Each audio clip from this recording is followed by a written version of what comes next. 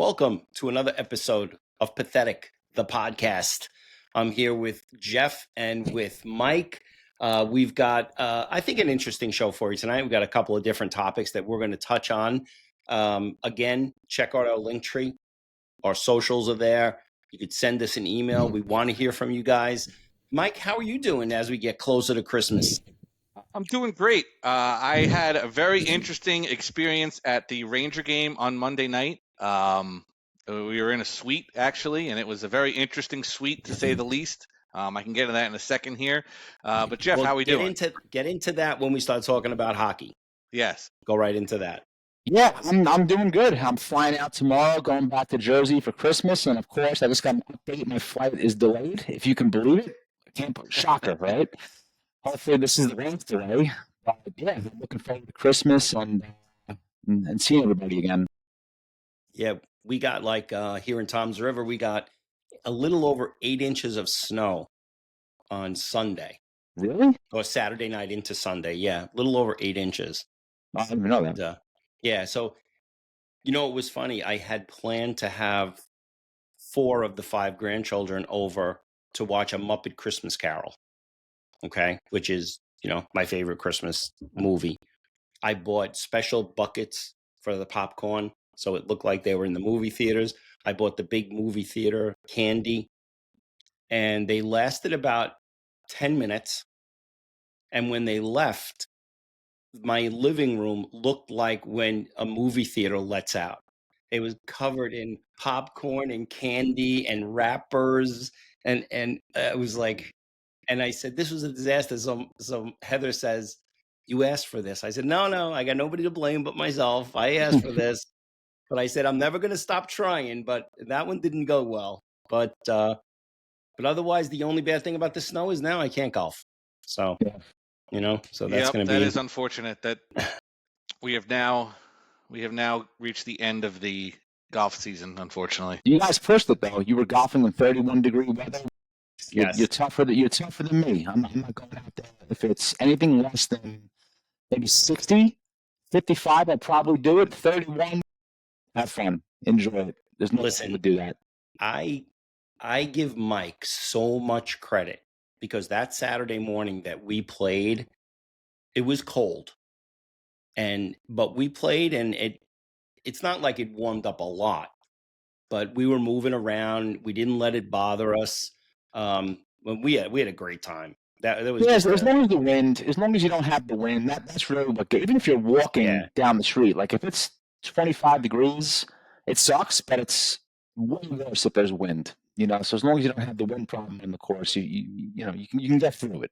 Well, Geoff, I hate to say this, but you've gone soft on us moving to Charlotte. Listen, I went from cold-blooded to warm blood within about 2 years. I can't deal with the cold anymore. Because I remember all the days when it snowed and you'd be out there with your friends shoveling people's driveways and stuff like that. But you're just, now you're like, I'm in the house with hot chocolate if it's like 40 degrees now. I can't hang anymore like I used to. Well, Mike has his Yankee hat on. I purposely did not wear any affiliation because all my teams stink. So I just decided I'm not going to do it. Mike, I want to talk a little bit about the Mets and the Yankees. So I'll go to you first. You're kind of always, you're the voice of reason for teams because you usually don't flip out until it's time to flip out. What are you making of what the Yankees are doing this offseason? So I'm a little bit puzzled in terms of the bullpen. I think we lost 2 big arms. I think the Luke Weaver one is more concerning than Devin Williams. I think Devin Williams is not a good fit for the Yankees. I think the moment's too big for him. I think he needs to go somewhere that's not as crazy. So, great for the Mets to get him there. I think it'll be a much better spot for him than it is trying to close at Yankee Stadium. But that Luke Weaver one, I think Luke Weaver is a great piece of the bullpen. I think we're going to miss him terribly. But it really is going to come down to where Cody Bellinger ends up as opposed to what this offseason is going to look like, because that is the piece that I think the Yankees need, because your starting pitching is going to be much improved over last year when you have Cole back and you have Heel back and you have Rodon will come back at some point. So you'll have that rotation is pretty much set. So you don't need to go out and get a starter. And the relievers, again, I think you still have a bunch of the guys that you traded for last year that you're still going to hold on to. But really, the piece that's going to mold this together is Cody Bellinger, because I don't know who you're going to get to replace him. If you have some of those other guys in the outfield who can't hit, a lick, that's going to be a problem. So you need someone in there who's going to be a professional person to go out in that outfield with Judge and Grisham to solidify that left field, because you can't have Oswaldo Cabrera or Oswaldo Peraza or Oswaldo the Lucky Rabbit from Disney out there. It's not going to work. So you need someone out there with those two to really be the guy. So I'm curious, and I think you have to figure out a way to get Bellinger back. Yeah, I've been saying that before the season ended, that he was the most important piece to bring back, right? They have to do it. He's such a good fit for us, but the problem is he's also a good fit for the Mets. And if there's a bidding war, you know who's going to win that. The Mets are 100% going to win. As far as Luke Whitten, I actually agree with you. There were some Yankee fans that were like, oh, good riddance. We don't need Luke Weaver. We kind of do. And Luke Weaver wasn't great last year if you look at his numbers, but he also got injured. And after the injury, he came back and he was clearly not 100%. So I actually wanted Luke Weaver back. That's a great signing for you guys, Uncle Ted. It really is. 2 years, $22 million. He's going to be really good for you guys. He really is. And the Bellinger thing, I don't know if you guys heard, there's rumors circulating that he's going to be signed in the next few days. And apparently, it's allegedly for like 6 years, $180 million. And the Yankees have to match that if that's the Mets offer. They have to do it. And if the Yankees lose Cody Bellinger to the Mets for a 6-year, 180, this would be way worse than the Juan Soto loss. Not even in comparison, because this is something the Yankees should do, because they need him desperately. He wants to be here. He fits perfectly with the versatility and everything he can do. And again, he wants to be here, right? His dad played here. There are a multitude of reasons to re-sign Bellinger. And I actually don't think they're going to do it. I think the Mets are going to get him because I'm not sure what the Yankees are doing right now. They're just losing people. And, Braden's trip, right? You hear rumors, and we've heard nothing as far as what the Yankee plan is, except, it seems like they want to run it without Bellinger, which even with Bellinger, if they just run it back, it's going to be the same old crap. So I'm very concerned with the Yankees right now because I'm not exactly sure what the hell they're doing. It doesn't seem like much. Well, I'm going to say right now, I don't think that there's a chance that if the offer is 6 years, 180, that the Mets are that's the Mets giving the offer. Because I'll tell you right now, I honestly do not think that they're going to sign Bellinger. The Mets are going to sign Bellinger or Tucker. I think that they are going to try to cheap out. I think they're concerned about this work stoppage coming up, which is dumb because everybody has to be concerned about that. But I will be, and listen, I may be wrong. I will be shocked if the Mets wind up with Bellinger or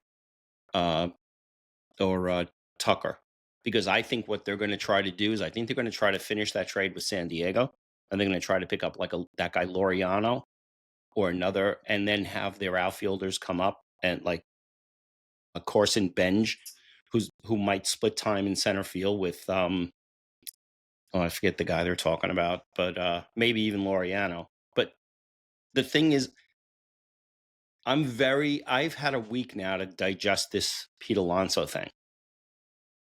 And I know that this is not the finished product, but I will tell you this. That was the biggest mistake I've ever seen the Mets make. And I was around when they traded Seaver and when they let Strawberry go. And I just don't understand how if David Stearns got rid of him because he said his first base play was terrible, and in 2 years we might want to have Juan Soto be the DH and we're paying him all that money. I get that. But you're talking about his defense, and then you sign Polanco, which I think is a good signing, except then you say he's going to split time at first base. Polanco's only played 12 games at first base? So Not we even, don't. probably. So you're telling me he's better than a better first baseman right now than Pete Alonso? So I saw Pete Alonso's first day in Baltimore when he was introduced. He walked around. Tell you right now, as soon as they're available, I'm buying a Pete Alonso number 25 jersey, So and I will be a very big Orioles fan. I'm not going to not root for the Mets, but I'll tell you right now, I am not. I very rarely agree with Joe Beningo. Very rarely, because he just goes off the deep end. But I think he's right. I think the Mets were sold a bill of goods. I think now most of Cohen's attention is on this casino and everything else that's going on over there. And he's just going to allow Stearns to do what Stearns does, because Stearns wants to make all these little signings and trades so that if they work out, he can say, look at me, I'm a genius. I'm a genius. Well, he's going to find out very quickly. Met fans are ticked off. And it's going to be reflected in opening day and all the games all year. And then in the summer at some point, when Uncle Stevie says, we got to get the people out here. You screwed us, Uncle Steve. We came out last year. They sold out probably the last 25 or 30 games of the season. And they supported this team even when we were in the middle of that collapse. And I'm not the kind of guy that says, oh, you got to keep your homegrowns. I don't give a crap about homegrowns. But I do care about a guy who gives you 35 to 40 home runs a year and 120 RBIs. So let's say he made errors and it cost us 20 runs, which I don't think that much. 20 runs. Well, he drove in 125. I think he more than covered that. And the biggest part about him too is he plays 160 games a year, which you're not going to get from somebody else. No one else is going to be out there, I twinged something, I hurt this, I hurt that. And Alonso's like, okay, I'm going to play. I'm going to play through it. I'm going to knock it. He doesn't get hurt, fat. Why You is can't Jeff pull, McNeil you can't still pull on this fat. team? So why is Jeff McNeil on this team? Jeff McNeil will be here though, right? You got to figure I don't he'll be gone. But the other thing with Pete too is he's a perfect fit for New York. He liked being here. He was clutch. The money wasn't too big for him. And that's a big factor when you're looking at signing guys to any sport in New York, right? To me, that's just as important as the talent. Can you play in New York under the bright lights with the media, dealing with all the extra stuff, right? And he did that perfectly. And now it's like, look, and people are like, we'll find a way to replace him. It's not going to be easy to do. No. It's going to be almost impossible to do to even come remotely close to what Pete was. Now I also heard, maybe they'll trade Lindor. I mean, is that something that you would be open to? I don't think it's going to happen either. But would you be? I wouldn't be surprised. Yes. If you trade Lindor and it's a huge package to San Diego, and you bring back Tatis Jr., right now we're talking. And because honest, I'm just so annoyed right now. And the more that every day that goes by, I get madder and madder when I see what they're doing. It's just so annoying. I don't get it. And at this point, if you've traded or you've gotten rid of Pete Alonso and you've traded Nimmo, you might as well get rid of Lindor. Who cares? Get rid of everybody. That's what I said. Bring somebody in. Listen, if you're rebuilding, which I completely disagree with, this team didn't have to rebuild. Didn't have to be rebuilt. They just had to get starting pitching with this roster. They could have kept everything the same, including Nimmo, obviously Pete. Diaz, I'm not going to blame the Mets. He didn't want to be here. Yeah, I agree with that. Right. But those two guys, all you had to do was add a starting pitcher or two and trust your other guys who are, the young guys. And this team is much better just by doing that. Instead, again, my thoughts on Stearns, not a fan at all. He wants to break this down and rebuild it his way. I'm not saying it won't work, but I just think it's an unnecessary obstacle for the Mets to have to get over right now. Here's my question. You guys would know better than me. So the signing of Luke Weaver, do you think that is telling us that the San Diego deal to get, who's that guy, Moore, the closer that they picked up from the A's, and he was lights out, and he was involved supposedly in the Mets trade. Do you think that the signing of Weaver is means that we're not going to make that trade, because then Devin Williams is definitely going to be the closer and Weaver would be the setup along with like AJ Minter? Yeah, I think so. I think Weaver's a great setup guy. You know, he did close for a little bit after when everybody was hurt. So he can do it, and I think he's a great guy. He's been able to do it in the playoffs before. So, I think he's a great signing for you guys. So I think really what you need is starting pitching. It doesn't matter how good your bullpen is. You saw how good you had the best closer in the game last year, and it didn't matter because you were losing all these games beforehand, and you couldn't even get him in for half the time. So, yeah, I would agree. Here's the thing. I'm not really sure what the Mets are doing. You said it last week, Uncle Ted. You're confused. I really don't know what the exact plan is. Are they rebuilding? Are they restructuring? Did they just not want these? I really don't know. But I would say at this point, with Weaver as a setup man, probably that's going to take that trade off the table. I would just, imagine, but you never know. Listen, Weaver's a good pitcher. Like, I believe that. He is. And I think 2 years, 22 mil, that's a good signing for you guys. And I don't know why the Yankees didn't match that, but it is what it is. I still think the Yankees are going to wind up with Cody Bellinger. I don't think they're going to sign Tucker, because I also heard chirping today that they said one of the things about Tucker that's causing a lot of consternation on teams of how many years to give him, he's not really into it. Like, where he has lapses where he's just not really engaged. And what are you gonna give a guy $400 million and he might not be engaged? That's ridiculous. Yeah, that's a problem. That's a problem. And honestly, I look at his numbers. Maybe I'm an idiot, but his numbers don't warrant that kind of a contract. Take a look at his numbers. They just don't warrant that. Yeah, I like Tucker, but not for that number. And that's the number that it's probably going to take to get him, So let the Dodgers sign him. Yeah, let exactly. the Dodgers sign him. Yeah. You know what's crazy? I saw about the Dodgers. Do you know what they're deferred? How much money they owe their players in deferred money between now and like 2040? I can't even imagine. Over $1 billion to their players until 2047. Wow. Edwin Diaz is not even getting his entire salary until 2047. So that shows you how much he really wanted to go to the Dodgers. Which is crazy. He's getting a whole bunch of it. He's getting a $9 million signing bonus.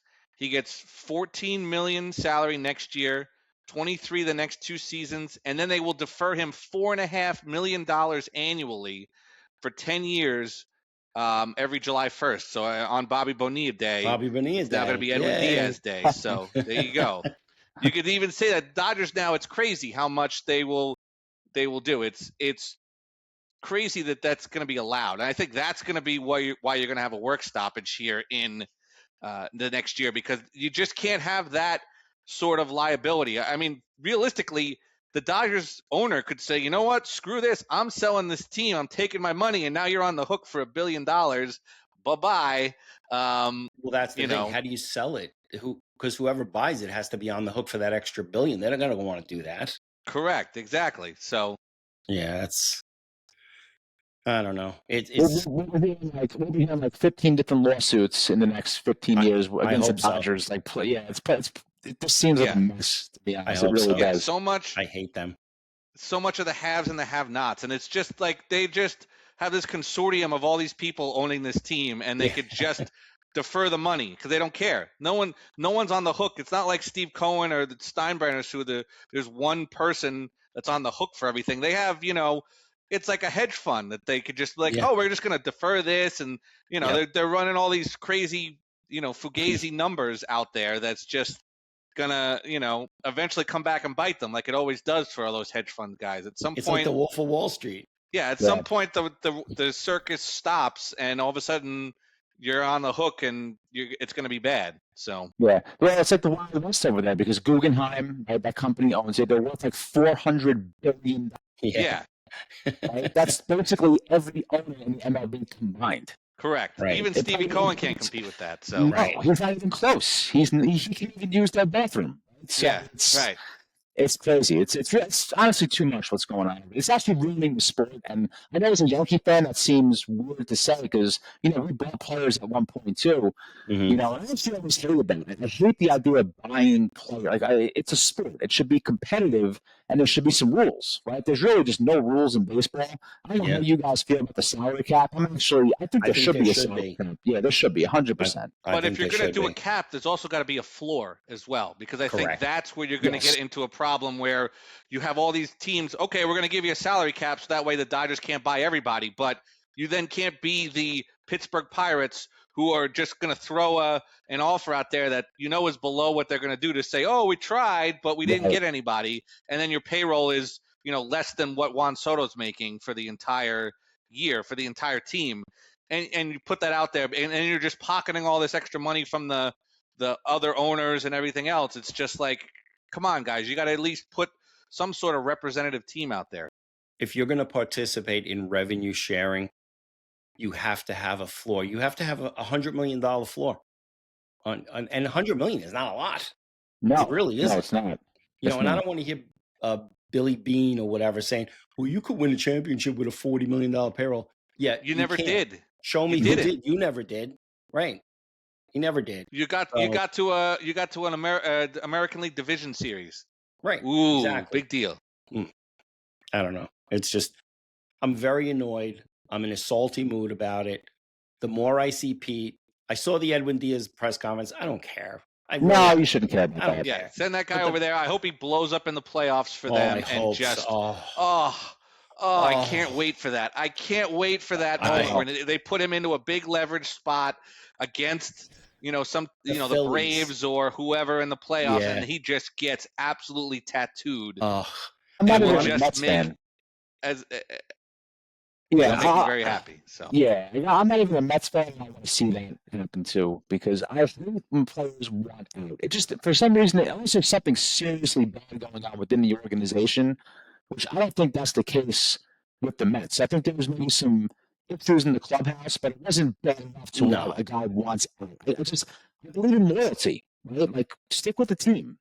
I'm not saying don't touch free agency. right. To now you come back and say, okay, this is what they're offering. Can you match it or beat it? That pissed me off. And I think I would love to see this guy blow a save to just end their season, whenever that may be. And here's a guy who was in the World Baseball Classic. He had the Mets. Mets really didn't want him to pitch in that, but he did. And then he rips his knee apart during that. So he loses a whole year with the Mets. And I got to tell you, other than Mariano, I don't know of another closer that was treated better by the fans that stadium when they played the trumpet thing. Those fans would go berserk. I hope when the Dodgers are in town, first of all, here's another thing. These tribute videos, unless you are a beloved player, like a Kreider for the Rangers, okay? Like an Alonso. I expect a tribute video for him. I don't want a tribute video for Edwin Diaz. And as a matter of fact, the first time Devin Williams comes in when the Dodgers are in town, I want them to play the Tommy Trumpets thing. And I want Devin Williams to get the save and look over and go, now it's mine. That's what I want. That's what I want. I don't know. I'm in a bad mood. It's Christmas time. I should be in a good mood. But you know what, Mike, you know what your mother says, what you're getting for Christmas. And that's what we got for Christmas with the Mets and Yankees so far. Yeah. Rhyme. It's a word for Richard. It's a nickname for Richard. That's what you're getting for Christmas. So. That's what you're getting. Yes, they're all getting it for Christmas. The other thing is, besides having to shovel snow on Sunday morning, we got to watch two putrid football teams. And Geoff, I'm going to tell you something. The Jets are bad. You guys are like the bottom of a jar that's full of mold. Yep. Because I'm sorry, that effort was terrible. It was terrible. Kafka's lucky he's even going to finish the year. You know, and Yeah. and at this point, you know what? Maybe I'm wrong. I wonder if Glenn's going to come back.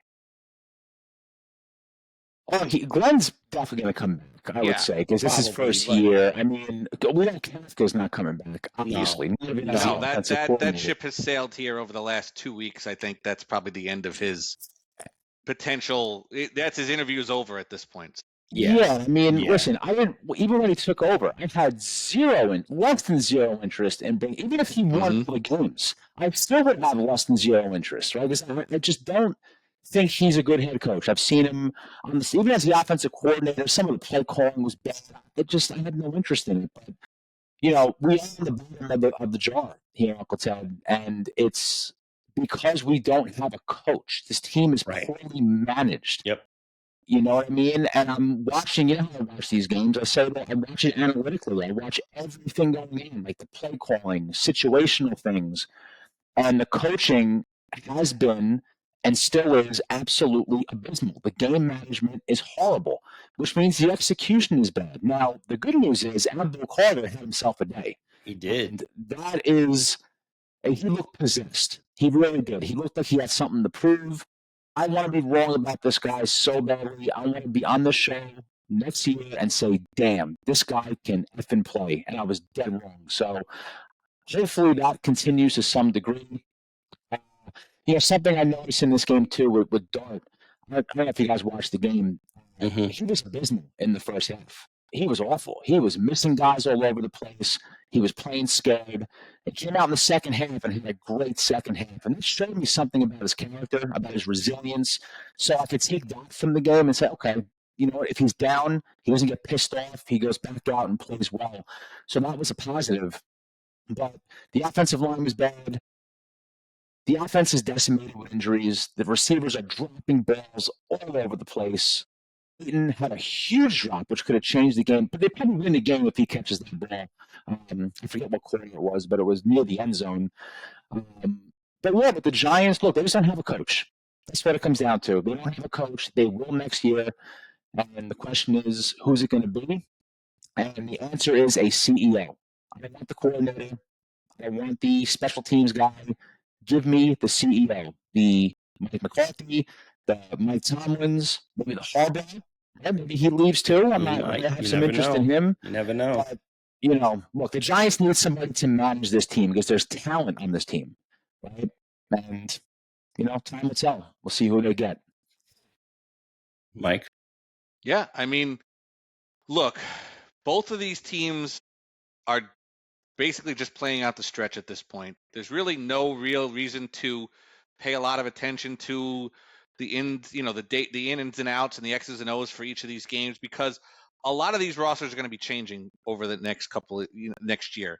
I think you're going to obviously all of the offense on the Jets, with the exception of Garrett Wilson and Ruckert and Brees Hall, are going to be gone. You know, next year in terms of all the skill position players. You're going to have another quarterback in there. Hopefully, his name is Fernando Mendoza, but we're going to see how that goes going forward. I even like the kid from Vandy who's a little salty for not getting there. No. Oh my God. No. Yeah. It's Johnny Manziel 2.0. Oh, You don't want that guy. I can't believe you just said that. Yeah. I can't believe you Something just about said him. that. It would be very entertaining in a press conference with New York there. I just think that would be fun. We don't need. He already said he wants the Raiders to draft him. He's a perfect Raider. Yeah. Oh, I'm sure. Yeah. He's entertaining. He'll be entertaining in the courtroom. Yeah. Every time he gets arrested, this guy. You do not want Pavia. That guy's a disaster. No. Disaster. And I'll tell you this, with the Jets, obviously there's so much time before the draft, and you hear so many things. Somebody made the statement, and I thought about it. At first, I was like, "Are you kidding me?" But then I thought about it. First of all, if the Raiders finish with the worst record, Fernando Mendoza's gone.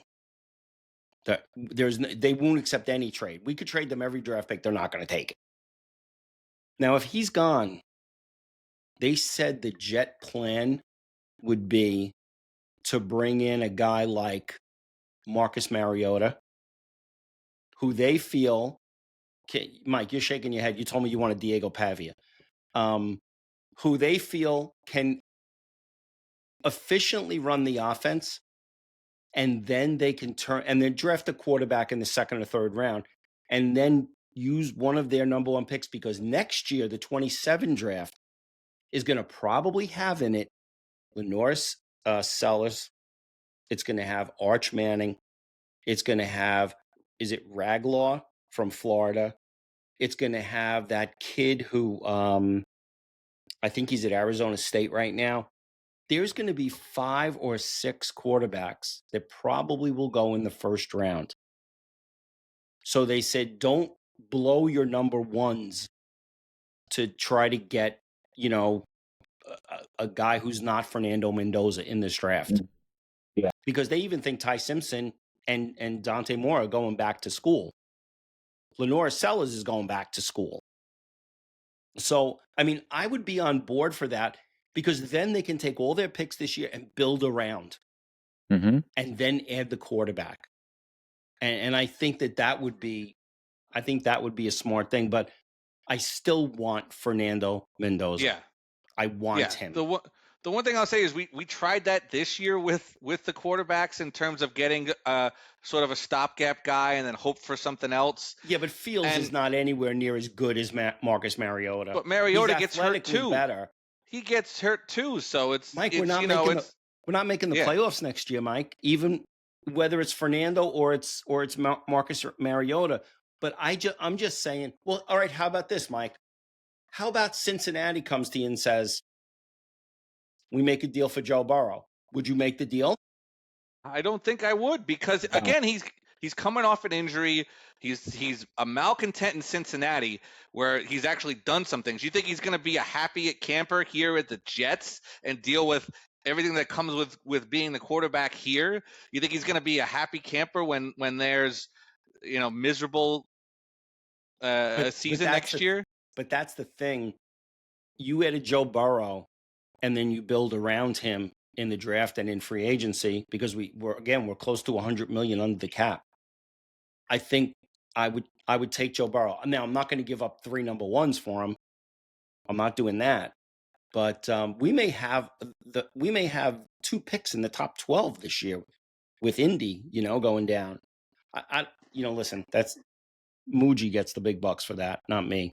Well, you guys should be rooting hard for the Raiders to win, because the way you guys will get that number 1 pick is the trade, baby. Just win, baby. Just win. Yeah, just win. Because if we have a number 1 pick, you guys have the most capital to give up to us, and I don't think the Giants are play this game of always the Jets. I'm not sure if they can get the most back, they're going to do it, right? But listen, you guys are going to get fleeced. But you know what? It's not a bad thing to get fleeced if you get the quarterback. Who cares right? If you get the quarterback? I don't care if I get fleeced. If I want the guy that I want, and that the guy that I'm convinced is the guy. Yeah.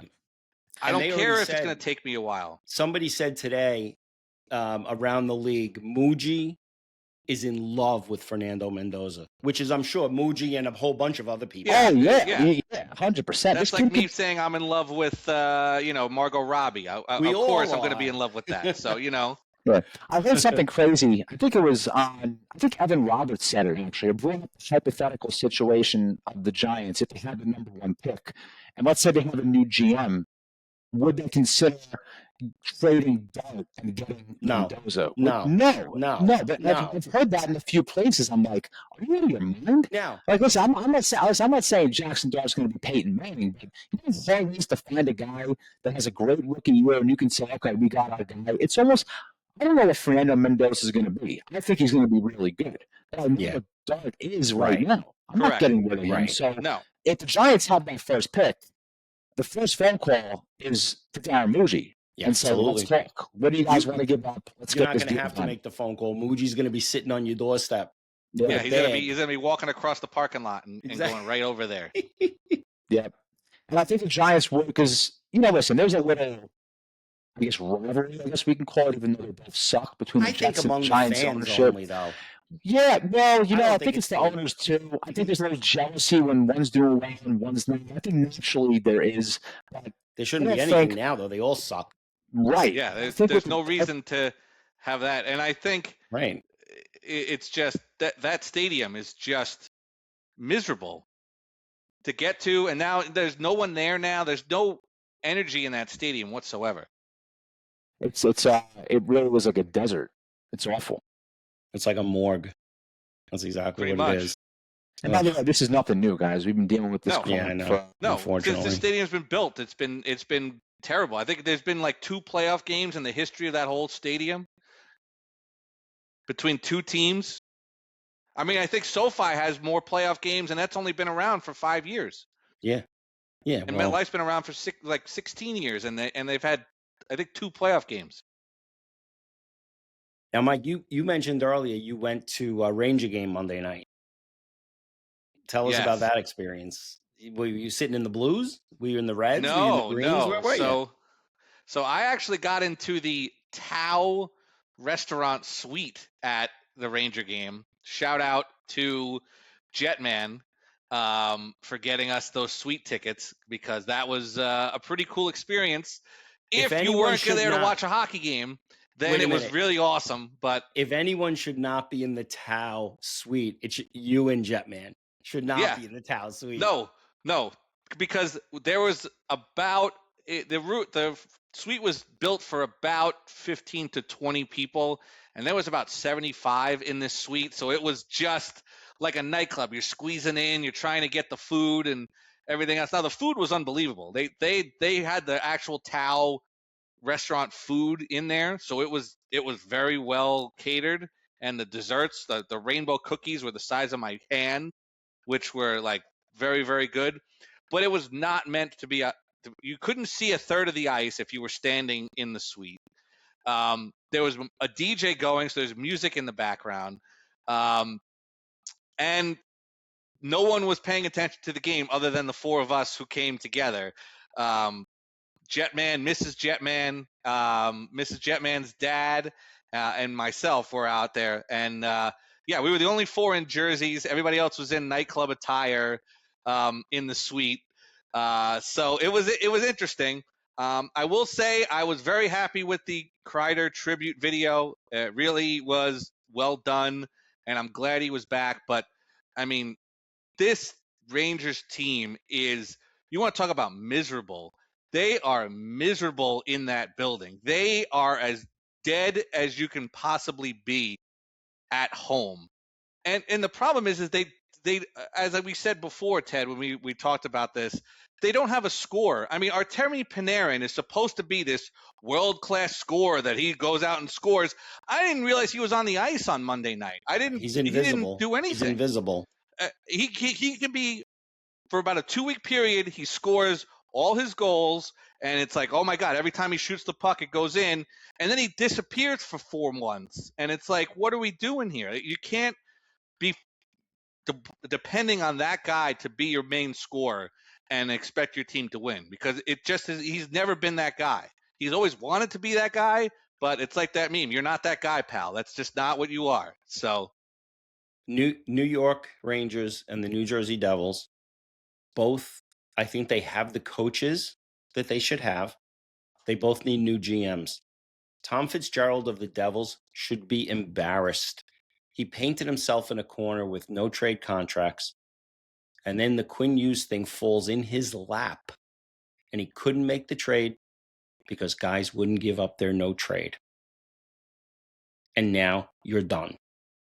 And he doesn't bring in, he needed top 6 scorer. He doesn't do that. He's got all these injuries. He doesn't address anything. And he basically says when our guys come back, it's going to be like we made a trade for guys. No, you didn't make a trade for guys. They just came back off the injured list. So I think that's the problem with the Devils and the Rangers. The one thing they have in common, their GMs stink. And their coaches, I love out. Drury, he couldn't get out faster. If you tell me he's gone tomorrow, I would be dancing in the streets. So and I love, is it Mike Williams, your coach? Not Mike Williams. What's his name? The guy from Pittsburgh. What was his? I forget what. But Mike Sullivan. Mike Sullivan. Yes. Mike Sullivan is a great coach. Sheldon Keefe is a great coach. Jeff's about to fall asleep because Jeff doesn't. I mean, the coaches have not been the problem in either place in the last couple. The last couple of coaches they've had have been great coaches. Laviolette, Lindy Rupp. All these guys have been really good coaches, and they just don't have a roster that they can build around. So It's like you can't do it with. It's different than the NFL where the coach can make a difference, especially in the negative crappy roster. Right. They can't. But you can't do that in the NHL. If you have a terrible roster, it doesn't matter how good of a coach you could be. You could bring back, Al Arbor for all you care. Whoever is going to be, and you'll never get a good product out there if you can't score. True. Well, let's go to something that Geoff actually is going to enjoy. Nobody cares about hockey, Boomer. That's the whole thing. I was thinking about that the whole time. Mike, last week you made some picks in, was it handball again? No, it was alpine skiing. Alpine skiing. How did you do? So Henrik Kristofferson was our pick. Mm-hmm. He finished third, 0.34 seconds off of the first place guy, who was also from Norway. The big favorite, Millard, finished second, 0.28 seconds. So if you bet him minus 900, you did not win. But Kristofferson finished third, so on the podium. So not the worst thing. But I do have a Mikey Mush pick for this week. It is not as outlandish as my typical ones are, but we're going to go to Division I AA football. Mm-hmm. Playoffs are going on. We have the semifinals. In that, I have a 4-pick parlay. I have the games and the totals for both of the semifinals that are happening on the 20th. So that is Saturday. So I'm going to take the Villanova Wildcats plus 1.5 against Illinois State. That game is in Villanova, so the Philly fans will be out and about. Villanova did beat Lehigh right by my neck of the woods. I'm also going to take the under in that game. Villanova's defense is very, very good. So I'm going to think that they're not going to score a ton of points. You're taking the under? I know, it's crazy, but I just saw the way Villanova played against Lehigh, and the game was like 14-12 was the final. So I just don't think that they're capable of scoring a ton of points. So I will take the under in that game. And then in the other semifinal, I'm going to take Montana, the Grizzlies, plus 4 at Montana State. So throw the record books out when you have the Battle of Montana going on. So give me Montana plus 4. And I'm going to take the over in that game because I think that game is an absolute shootout.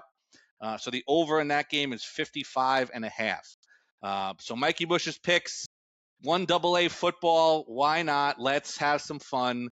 I could have gone with Fakakta Bowl games, but there weren't too many of them going on. But I like 1 AA football a little bit better. Those 1 AA football games are very exciting. Yes, they really are. So. But now we go to the NFL, the league where we stink. We're terrible. We are as bad as the Jets and the Giants when it comes to picking. Yeah. What? No, what were we going to say? It's awful. I mean, I was just going to say that. Whereas the only thing worse than our teams is our picks. Going into this week, last week, I was 2-1. Mike was 2-1. Geoff was 1-2. So right now, Geoff and Mike are tied at 22 and 23. And I am at 21, 23, and 1. Oh, my God. So we are all in it. And again, you can't even fade us because we're that bad of this that we're just all at 500. We're so bad. It's like watching a horrible football game between two teams that it's actually a good game, but they just suck. Yeah. The teams suck, but it'll be a good game. So it's still a good race here. It's just not exactly a good race. We're going to see exactly an exciting race. No. Now, Geoff, you went 0-3 last week, so I think no, you went 1-2 last week. 1-2. We're going to go to you. We're going to go to you first. All right. So the first game I'm going to go Chargers plus 2.5 over Dallas. a little dangerous because Dallas can be one of these teams that has a great game and put up 45 points. But I love the Chargers this year. I like them since the beginning, and I like getting 2.5 there. So I'll go Chargers over Dallas. Second game, never thought I would say this. If you asked me 3 weeks ago, Titans plus 3.5 over the Chiefs. The Chiefs are done, guys. They are cooked. The Titans stink too. It's a weird game. I can't believe I just said the Titans over the Chiefs.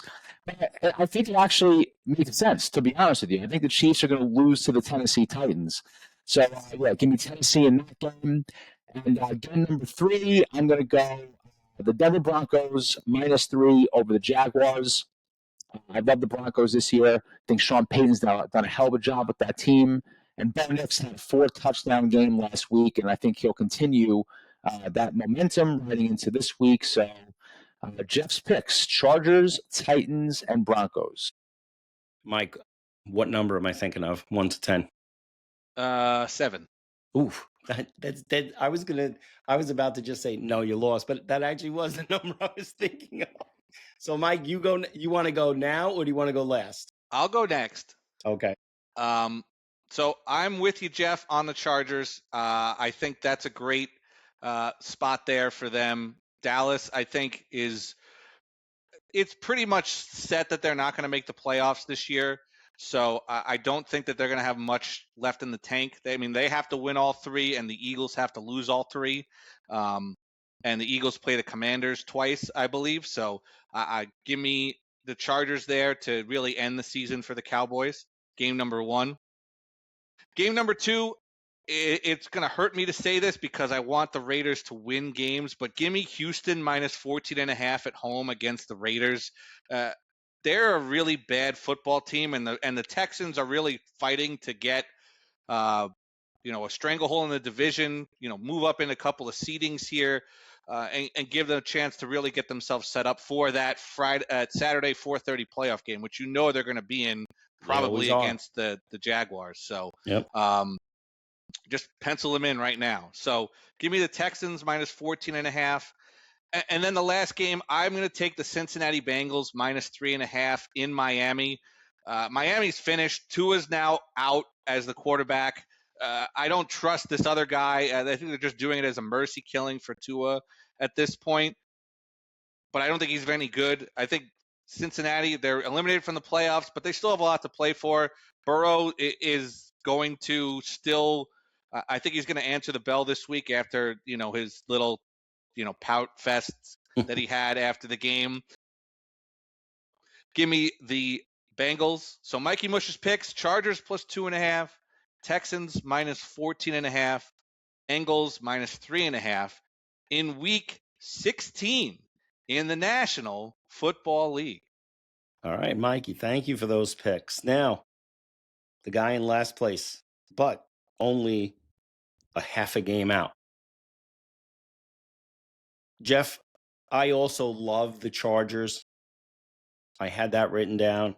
All right, so Dallas is winning that game, obviously. Yep. Although we did hit it last week with the Chargers against the Chiefs. We did. All 3 of us did hit that. So the other one, this is crazy that the 2 of us agree on. Tennessee. I love Tennessee. I knew it. In this I spot. knew you were going to pick them. Yeah. And I'll tell you why. Because I agree with you. I think Kansas City's dead. This is where now that you're going to have Gardner Minshew as their quarterback, you're going to see it all fall apart. You're going to see all the malcontents all screaming about one thing or another. They're not going to play hard. This is going to be the end. Yeah, if you think the team's bad now with Mahomes, without Mahomes, it's going to be a catastrophic disaster. But the game I love, this is my best bet. In Seattle, getting 1.5, the LA Rams. I think the Rams are winning the Super Bowl. I really do. And this is not a knock on Seattle. I think they're a good team. I think the Rams are on another level. And I like the Rams to go up there in a situation where they have to win. And I think they win. And so my picks are going to be the LA Rams getting 1.5 in Seattle, Chargers getting 2.5 in Dallas, and Tennessee getting 3 at home against KC in the league where they play for pay. So, guys, we're getting close to Christmas. I hope you have all your Christmas shopping done. We'll have this most. I got everything. I got my last Amazon package in yesterday, so I'm good to go. As long as I have Peachy set, I'm good. No matter what else can happen, happens. This episode, if you're watching this episode or listening to this episode, it's probably the Thursday or a Friday, the week before Christmas. We will have a special episode for you Christmas week as we're all traveling and everything, but we've already recorded a special episode. Guys, Mike, I know I'll be talking to you. Geoff, I'll be seeing you. Yes. But I know I'll talk to you, but as we're on the air, have a great Christmas. Enjoy all the wonderful sports that we have. Mike, maybe somehow we'll both get presents under the tree from the Yankees and the Mets. Yeah. What do you think? I hope Geoff, so. you think there'll be a present? No. The way things are going with the sports teams, no. Mike's going to say yes because Mike is the eternal optimist. I am the eternal optimist, and it's Christmas. It's the time of miracles, so let's do it. I'm going to say as no. As Hans would say in Die Hard, it's Christmas. It's the time for miracles. Exactly. Guys, have a great holiday season. We'll talk to you very soon. Good night.